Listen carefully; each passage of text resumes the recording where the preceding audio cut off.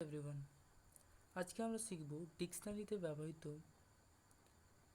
অ্যাব্রিভিয়েশনগুলো, শব্দ সংক্ষেপগুলো। যে ডিকশনারিতে কোন শব্দ সংক্ষেপে কে দ্বারা কি বুঝাই।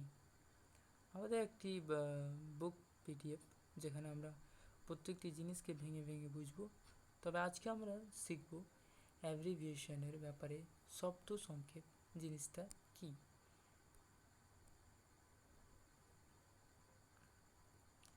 আমরা ডিকশনারিতে দেখতে পাই ABBR, যেরকম লেখা থাকে ওরকমই যদি লিখি তাহলে ABBR। এটার মানে হচ্ছে অ্যাব্রিভিয়েশন। এটার মানে হচ্ছে অ্যাব্রিভিয়েশন। এটার মানে তো সবাই বুঝে যায়, নাউন। এটার মানেও সবাই বুঝে যায়, প্রোনাউন। ADJ মানে বুঝাই অ্যাডজেক্টিভকে। তারপরে কি থাকে, ভি থাকে, ভি দ্বারা ভার্বকে বুঝাই।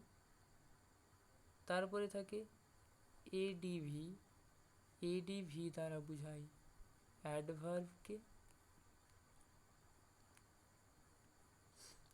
প্রেপ, এর দ্বারাই বুঝাই প্রিপোজিশনকে। তারপরে থাকে কন, এর দ্বারাই বুঝাই কনজাংশনকে। তারপরে থাকে INT, অর্থাৎ এর দ্বারাই বুঝাই ইন্টারজেকশনকে। তারপরে থাকে SING, অর্থাৎ এর দ্বারাই বুঝাই সিঙ্গুলারকে। তারপরে থাকে PL, এর দ্বারাই বুঝাই প্লুরালকে। আমি আমার স্পোকেন ইংলিশের ক্লাসে PLই ব্যবহার করছিলাম, তোমরা দেখেছ।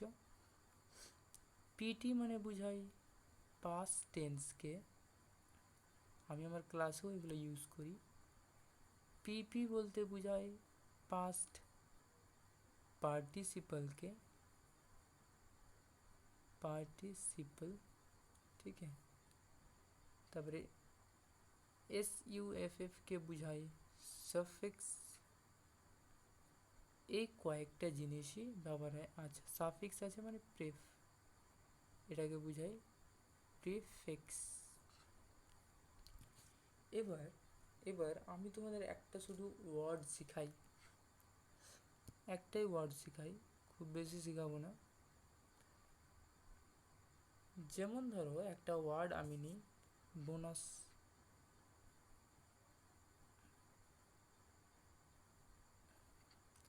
বোনাস, বোনাস মানে কি?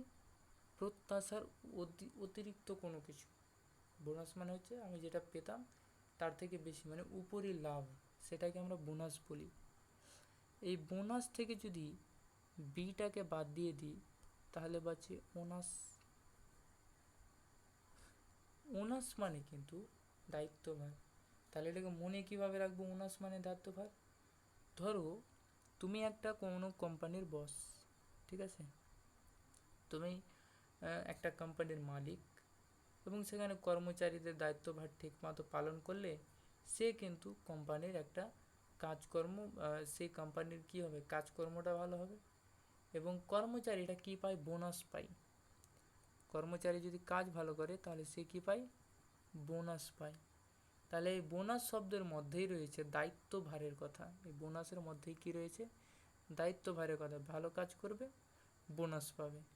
তাহলে এই বোনাস, এইটার মধ্যেই দায়িত্বভারের শব্দটি কিন্তু বিদ্যমান। তাহলে বোনাসের বি যদি উঠিয়ে দিই, এই লেটারটাকে যদি উঠিয়ে দিই তাহলে বাঁচে ওনাস, আর ওনাস মানেই হলো দায়িত্বভার। তাহলে এভাবে আমাদের ভোকাবুলারি মনে রাখতে হবে। আজকে ক্লাস এ পর্যন্তই। Thank you so much.